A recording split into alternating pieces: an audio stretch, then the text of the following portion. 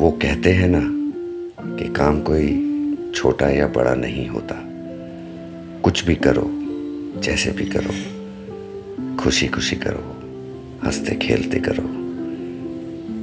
इंसान को खुशी खुशी काम करने से ही सुकून मिलता है। किसी ने सच ही कहा है कि काम कोई छोटा नहीं होता, कि काम कोई छोटा नहीं होता। हेलो दोस्तों, नमस्कार।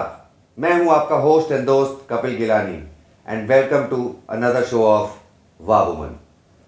जैसे कि आपने कुछ वीडियोस जो मैंने अभी शुरू में अपलोड किए आपने देख ही लिया होगा और शायद समझ भी लिया होगा कि हम किस टॉपिक पे डिस्कस कर रहे हैं या किस लेडी को हम लेके आ रहे हैं। So let me introduce you to Savita. Savita, आपका बहुत बहुत स्वागत है हमारे शो में। सविता, सबसे पहला सवाल, हाँ जी, आपकी उम्र क्या है? 28। 28 साल। हाँ जी।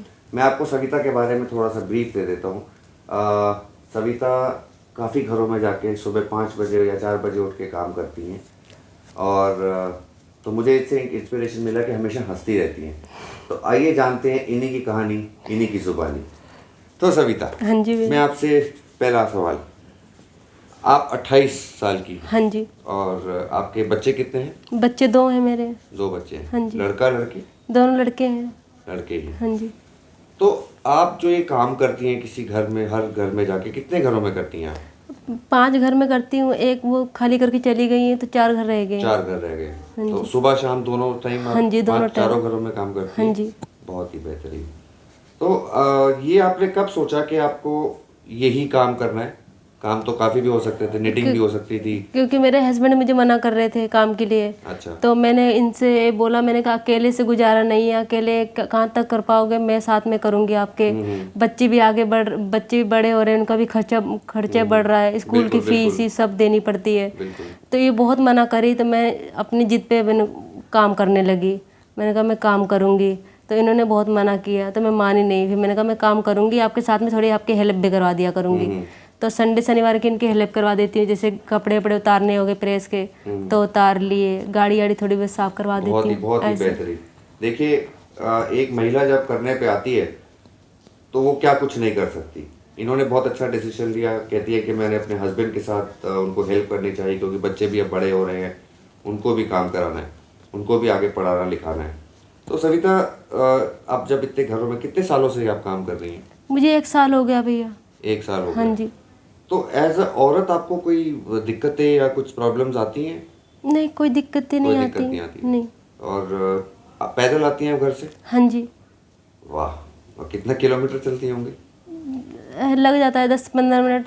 10-15 मिनट। हाँ जी। देखिए, सुबह 4 बजे उठना या 5 बजे उठना। 4 बजे उठ जाती हूँ, घर में खाना आना बना के, बच्चों का लंच पैक करके। बच्चे बड़े बड़े हो गए, अपने आप नहा धो लेते हैं, चले जाते हैं स्कूल। मुझे बस खाली खाना आना बना के आना पड़ता है। बच्चे कितने बड़े? एक 10 साल का है, एक 8 साल का है। 10 साल और 8 साल। हाँ जी।